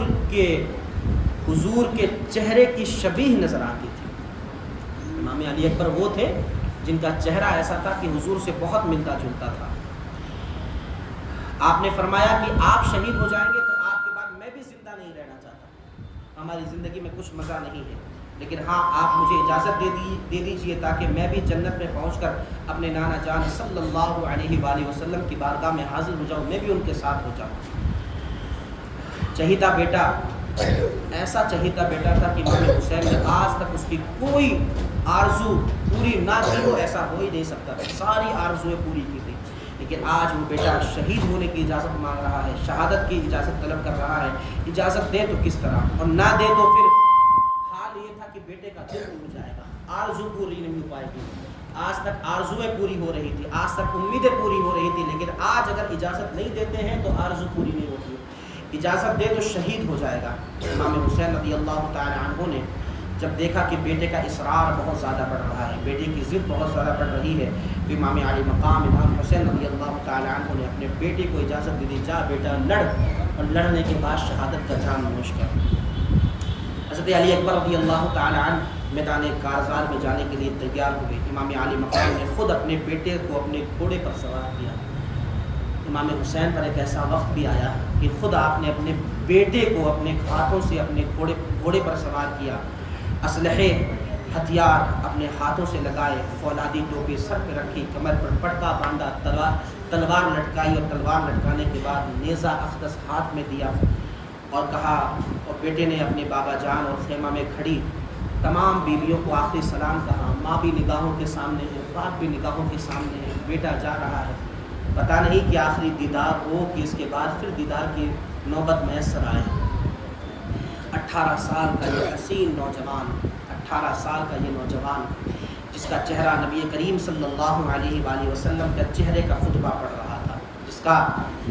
جس کے چہرے کی چمک نبی کریم صلی اللہ علیہ وسلم کے چمک کی یاد دلا رہی تھی، میدان کارزار میں پہنچا۔ حضرت امام علی پر میدان کارزار میں پہنچے، اس شیر نے جب دشمنوں کی طرف نظر کی اور پھر ذوالفقار حیدری چمکائی، وہ تلوار جس کو ذوالفقار حیدری کہا جاتا ہے، اسی تلوار کو امام علی پر لے کر آئے، چمکائی، تو چمکانے کے بعد آپ نے فرمایا، انا علی بن حسین بن علی نحن اہل البیت اولا بالنبی، جانتے ہو لوگوں میں کون ہوں؟ میرا نام علی ہے، علی اکبر ہے میرا نام، میرے باپ کا نام حسین ہے، میرے دادا کا نام علی ہے، میرا نام میرے دادا کے نام پر رکھا گیا ہے، اور نحن اہل البیت اولا بالنبی، کان کھول کر سن لو، ہم اہل بیت رسالت ہیں، اللہ کے رسول سے ساری دنیا میں ہم سے قریبی کوئی نہیں، ہم سب سے زیادہ قریبی ہیں۔ امام علی مقام کے بیٹے حضرت علی اصغر نے جب یہ رجز پڑھی تو کربلا کا ہر ایک چپا چپا کانپ گیا، لیکن ان یزیدیوں کے دل نہیں کانپے۔ پھر آپ نے فرمایا کہ اگر تم اولاد رسول کے خون کے پیاسے ہو تو جو شخص تم میں سب سے بہادر سے بھیجو،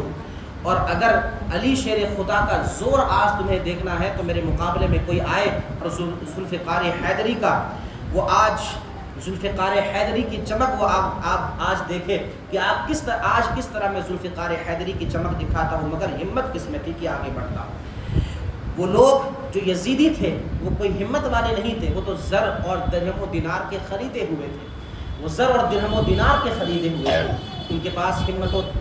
اور کچھ بھی نہیں تھی۔ امام حسین رضی اللہ تعالی، امام علی اکبر رضی اللہ تعالی عنہ نے جب دیکھا کہ کوئی بھی آگے نہیں آیا تو آپ نے خود ہی آگے بڑھ کر دشمنوں کی صف پر حملہ کر دیا، اور جس طرف رخ کیا یزیدی لشکر کو کائی کی طرح صاف کرتے چلے گئے۔ ایک بار میں کئی دیو پیکر، بڑے بڑے مضبوط بہادر جن کی بہادری کا شور اور غلغلہ تھا، ان شور اور غلغلے کو ان بہادروں کو ایک حملے کے اندر جو ہے زمین دوز کر دیا۔ کبھی لشکر کے اس طرف حملہ کرتے، ادھر صاف کرتے چلے جاتے، کبھی لشکر کے اس طرف حملہ کرتے، اس طرف صاف کرتے چلے جاتے، پورے لشکر کو درہم برہم کر ڈالا۔ پورے لشکر کے اندر شور اٹھ گیا کہ اگر بڑے بڑے سورما ہار گئے، بڑے بڑے ہمت والوں کی ہمت جواب دینے لگی، مگر بہادروں کے حوصلے پست ہو گئے، مگر یہ علی کا شعر ہے کہ جس شعر کا حملہ نہیں تھا بلکہ یہ قہر الہی کا ایک عذاب تھا جو یزیدیوں پر نازل ہو رہا تھا اور جو بند ہونے کا نام ہی نہیں لے رہا تھا۔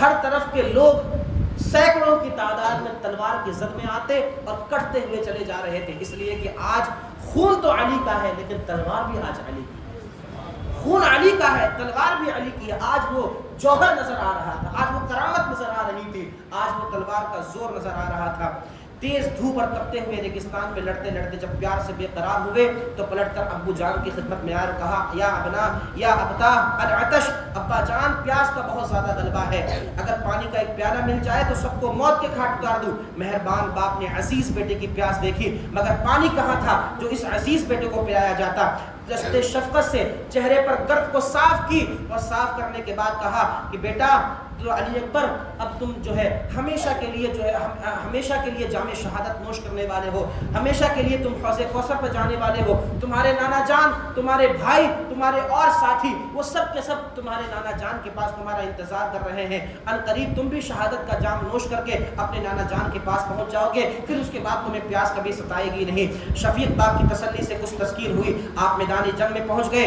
دشمنوں کا مقابلہ ہوا۔ آپ نے فرمایا حل من مبارز، ہے کوئی میرے سامنے جو آئے؟ عمرو بن سعد نے طارق بن شیس پہلوان سے کہا بڑے شرم کی بات ہے، ایک نوجوان اکیلا میدان میں ہے لیکن کوئی سامنے آنے کی ہمت نہیں کرتا۔ آپ نے للکار کر کہا، للکار کر کہنے کے بعد کوئی بھی سامنے نہیں آیا، پھر آپ خود آگے بڑھے اور خود آگے بڑھنے کے بعد پھر وہ ذوالفقار حیدری چمکائی تو ذوالفقار حیدری نے کئیوں کے قلعے کما کر دیے، کئیوں کو زمین دوز کر دیا، گھوڑوں کی طاقت ختم ہو گئی، سرماؤں کی ہمت پست ہو گئی۔ اب کوئی سر ہے کہ جب سر ابھرتا ہے تو وہ نظر نہیں آتا، کوئی تن ہے تو کوئی تن ابھرتا ہے تو وہ کٹتا ہوا نظر آتا ہے، کسی کے سینے میں آپ تلوار گھوپ رہے ہیں تو اس کو زمین دوز کر رہے ہیں، کسی کے کمر پر آپ تلوار چلا رہے ہیں تو اس کو کھیرے کی طرح کاٹتے ہوئے چلے جا رہے ہیں۔ حال یہ تھا کہ امام حضرت علی رضی اللہ تعالیٰ عنہ کے گھرانے کا جب بچہ لڑنے کے لیے آتا تھا ایسا محسوس ہوتا تھا کہ علی کا گھر کیا گھر ہے جس کا ہر ایک بچہ جسے دیکھو وہی شیر خدا نظر آ رہا ہے، وہی شیر خدا نظر آ رہا ہے۔ ابن سعد نے ایک مشہور بہادر مصرع بن غالب کو مقابلے کے لیے بھیجا، وہ نیزہ تان کر حملہ ہی کرنے والا تھا، آپ نے اس کے نیزے کو تلوار سے توڑ دیا۔ وہ نیزہ جو بہت مضبوط ہوتا ہے اس لیے کہ اس نیزے کا مقابلہ تلوار ذوالفقار حیدری سے تھا، اس کو ایک بار میں توڑ دیا، اس کے سر پر ایسی تلوار ماری دو ٹکڑے ہو کر وہ زمین پر گر پڑا۔ اب کسی کے اندر ہمت نہ رہی کہ وہ تنہا اس ہاشمی شیر کے مقابلے میں آتا۔ آخر میں ابن سعد نے محکم بن طفیل کو 1000 سواروں کے ساتھ 1000 لوگوں کے ساتھ حملہ کرنے کے لیے بھیجا۔ ان 1000 لوگوں نے بدبختوں نے چاروں طرف سے گھیر کر آپ پر حملے کرنا شروع کر دیے۔ آپ بھی برابر جواب دیتے رہے، برابر حملے کرتے رہے، دشمن کو خاک اور خون میں ملاتے رہے، لیکن نیزے کی اور تلوار کی برابر ضرب لگنے کے بعد، زخمی ہونے کے بعد آپ کا تن نازلی زخموں سے چور چور ہو گیا، زخموں سے چور چور ہو گیا، اور چمنستان فاطمہ کا یہ پھول بھی اپنے خون سے رنگین ہو گیا۔ بلا آخر آپ گھوڑے سے زمین پر تشریف لائے اور اپنے ابا جان کو پکارا، ابا جان میری خبر گیری فرمائیے۔ امام حسین رضی اللہ تعالیٰ عنہ گھوڑا بڑھا کر میدان میں پہنچے، شہزادے کو اٹھا کر خیمے میں لائے، سر گود میں رکھا، چہرے سے خون اور مٹی اور گرد و غبار کو صاف کیا۔ اتنے میں امام علی اکبر رضی اللہ تعالیٰ عنہ نے آنکھیں کھولی اور ہمیشہ کے لیے انہوں نے بھی آنکھیں بند کر لی، ان کی بھی شہادت ہو گئی، اور شہادت ہونے کے بعد وہ بھی جنت کی طرف روانہ ہو گئی۔ اب حال یہ تھا کہ امام حسین کے سوا کوئی باقی نہیں تھا، امام حسین کے سوا کوئی باقی نہیں تھا، بیٹے، بھتیجے، بھانجے، بھائی سب کی شہادت ہو چکی ہے، لیکن ان یزیدیوں کے قلب پر ذرہ برابر بھی اثر نہیں پڑا۔ امام علی مقام امام حسین رضی اللہ تعالیٰ عنہ سوچنے لگے اب میں جاتا ہوں، اب میری ہی باری ہے۔ تو اتنے میں بیوی آئی، اور بیوی آنے کے بعد جو ہے حضرت علی اصغر جو ابھی بہت کم عمر ہے اور دودھ پی رہے ہیں، پیاس سے بے چین، تشنگی کی شدت سے تڑپ رہے ہیں، بھوکی پیاسی ماں کے سینے میں دودھ خشک ہو چکا ہے، ماں کے سینے میں دودھ نہیں ہے کہ دودھ پلایا جائے، پانی نہیں ہے کہ پانی کا قطرہ حلق میں ڈالا جائے، خیمے میں پانی کا ایک قطرہ نہیں ہے، چھوٹا بچہ سوکھی زبان باہر نکالتا ہے، بے چینی میں ہاتھ پاؤں مارتا ہے، اور پھر ہاتھ پاؤں مار کر جو ہے چپ ہو کے سو جاتا ہے۔ عرض کیا ماں سے جب بچے کی یہ حالت دیکھی نہ گئی تو گود میں امام علی مقام کے لا کر رکھ دیا اور کہا کہ میرے سرتاج، میرے شوہر، اب مجھے علی اصغر کی پیاس نہیں دیکھی جاتی. یہ بچہ تڑپتا ہے، تڑپتا یہ ہے، درد مجھے محسوس ہوتا ہے. ایک ماں ایک بچے کا درد اچھی طرح سمجھ سکتی ہے. تڑپتا یہ ہے، درد مجھے محسوس ہوتا ہے، اب اس کی پیاس مجھ سے دیکھی نہیں جاتی. ننھی سی جان کی بے چینی قوت برداشت سے باہر ہے. اس کے رونے سے میرا کلیجہ تڑپتا ہے، میرا کلیجہ پاش پاش ہو جاتا ہے. آپ ایک کام کیجئے، اس کو گود میں رکھ کر ظالموں کے سامنے جائیے. شاید ان پتھر دل لوگوں کی پیاس، ان پتھر دل لوگ جب اس علی اصغر کو دیکھے تو شاید انہیں رحم آ جائے اور وہ پانی کا ایک قطرہ ہمیں نہ دے، آپ کو نہ دے، لیکن اس بچے کے حلق میں تو ڈال دے. امام علی مقام امام حسین رضی اللہ تعالی عنہ ننھے علی اصغر کہتے ہیں کہ صرف 6 مہینے کی عمر، یہ اس سے زیادہ دودھ پیتے بچے تھے. سینے سے لگا کر ان سیاہ دل لوگ، یہ سیاہ دل لوگ ہیں جو آج بھی سیاہ کپڑا، کالا کپڑا پہنتے ہیں، جو کہتے ہیں کہ حسین ہم نہ تھے، حسین ہم نہ تھے، انہی نے حسین کو دھوکہ دیا تھا. آج ماتم کرتے ہیں،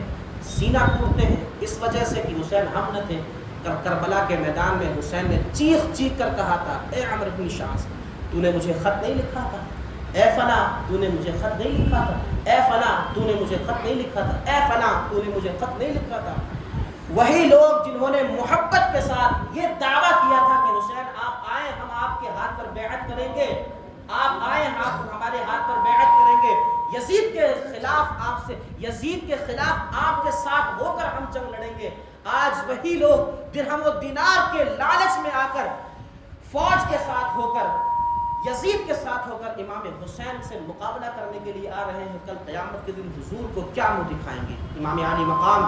ننھے سے بچے کو دل سے سینے سے لگا کر ان دشمنوں کے سامنے تشریف لے گئے اور کہا، اے میرے نانا جان کے کلمہ پڑھنے والوں، میرے دشمنوں، کلمہ تو تم بھی میرے نانا جان کا پڑھتے ہو، میں بھی اپنے نانا جان کا پڑھتا ہوں.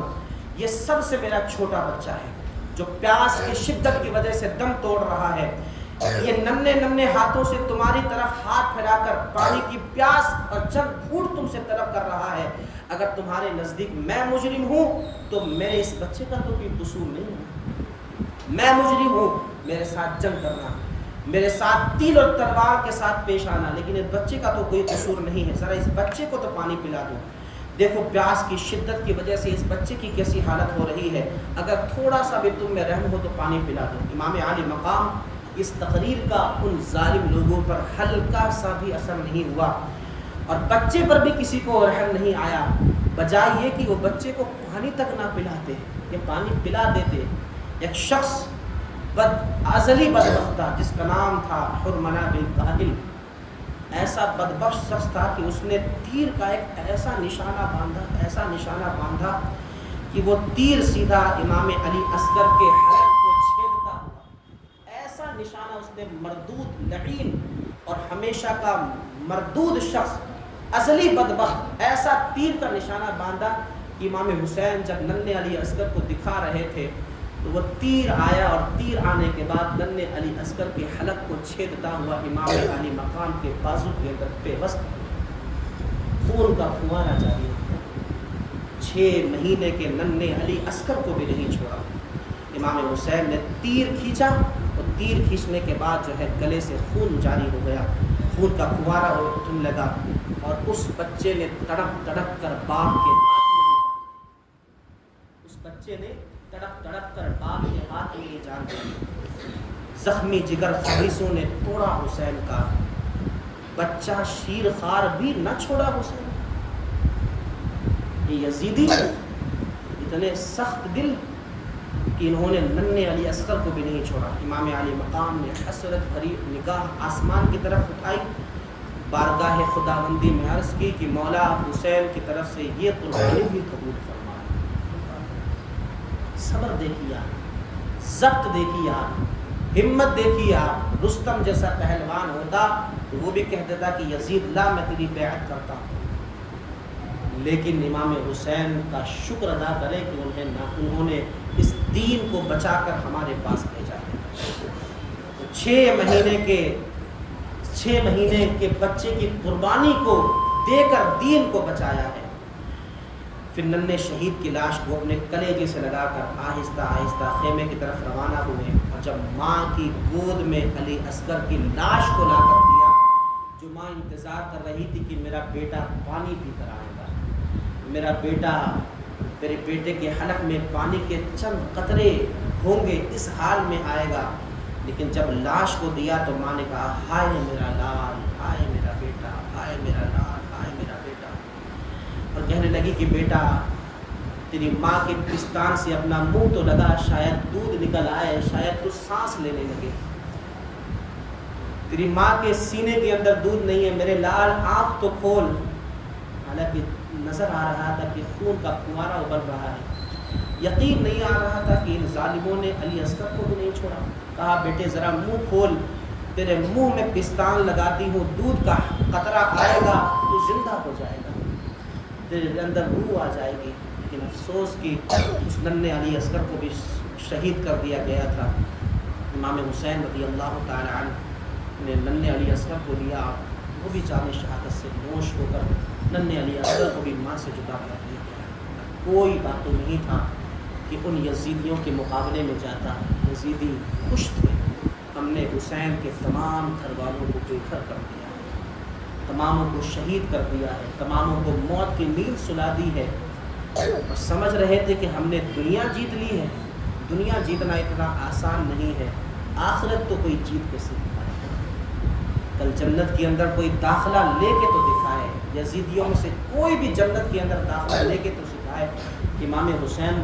انہیں جنت میں جانے دیں گے، جو جنتی جوانوں کے سردار ہیں، حضور ان کی شفاعت کریں گے، ایسا کبھی بھی نہیں ہو سکتا۔ غرض سب لوگ شہید ہو گئے، کوئی بھی باقی نہیں رہا۔ امام زین العابدین کھڑے ہوئے، بہت کمزور، بیمار ہیں، لیکن امام عالی مقام نے کہا تو ہمارا بیٹا ہے، میرے بعد میری نسل تجھ سے ہی چلے گی۔ بڑا بیٹا علی اکبر شہید ہو گیا، چھوٹا بیٹا علی اصغر شہید ہو گیا، تو باقی رہ، میری بیویوں کی، تیری ماں کی حفاظت کون کرے گا؟ عورتوں کی حفاظت کون کرے گا؟ سکینہ کی حفاظت کون کرے گا؟ زینب کی حفاظت کون کرے گا؟ ان سب کی حفاظت کون کرے گا؟ میرے بیٹے تو رک، تجھ سے ہی میری نسل چلے گی، تجھ سے ہی میرا سلسلہ آگے چلے گا، میں چاہتا ہوں۔ امام حسین رضی اللہ تعالی عنہ تیار ہوئے، اور تیار ہونے کے بعد میدان کارزار میں جانے کے لیے آپ نے تمام تیاریاں کرنا شروع کر دی۔ جیسے ہی تیاریاں کرنا شروع کی، بیویوں کے اندر شور غل مچ گیا، بہن رونے لگی، بیٹی چیخ پکار کرنے لگی، اور کس طرح امام حسین رضی اللہ تعالی عنہ نے میدان کارزار جا کر مقابلہ کیا، وہ انشاءاللہ تبارک و تعالی کل جمعے کی تقریر میں آپ کے سامنے انشاءاللہ تبارک و تعالی کل جمعے کی تقریر میں آپ کے سامنے شہادت حسین کو پیش کیا جائے گا، اور امام